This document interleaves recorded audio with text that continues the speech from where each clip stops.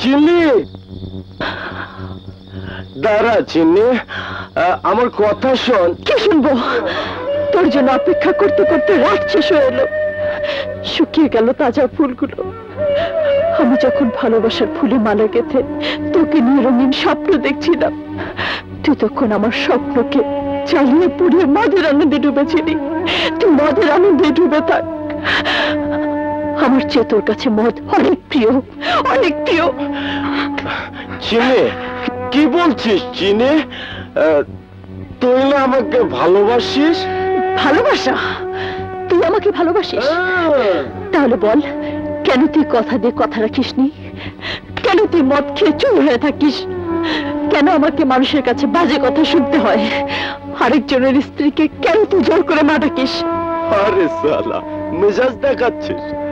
আমার মতো রাস্তার রংবাজ কখনো কারো ভালোবাসা পায় না, কখনো কারো আপন হয় না। আর মেয়ে মানুষের কথা বলছিস? 200 টাকা দিলে বাজারে অনেক মেয়ে মানুষ পাওয়া যায়।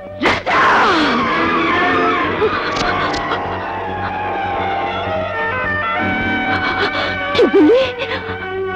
কি বলি? আমার দাম 200 টাকা? না, তোর মতো গুন্ডা বদমাশকে মানুষ ভালোবাসে না।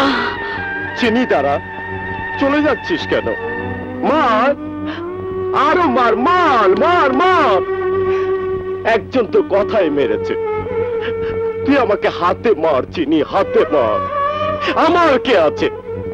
একটু স্নেহ ভালোবাসার জন্য কাঙালের মতো ঘুরে বেরিয়েছি, দেশের 13 কোটি মানুষের কাছে চেয়েছিলাম একটি মা, একটি বোন।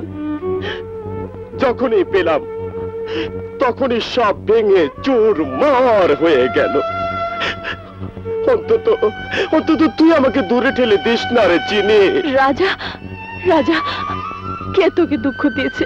ওই যে ওই মহিলা যাকে আমি আপা বলে ডাকতাম, মায়ের মতো সম্মান করতাম, সে আমাকে কুকুরের মতো গলা ধাক্কা দিয়ে বের করে দিয়েছে। আমি নাকি তার সংসার ভেঙে দিয়েছি। কাঁদিস না রাজা, কাঁদিস না।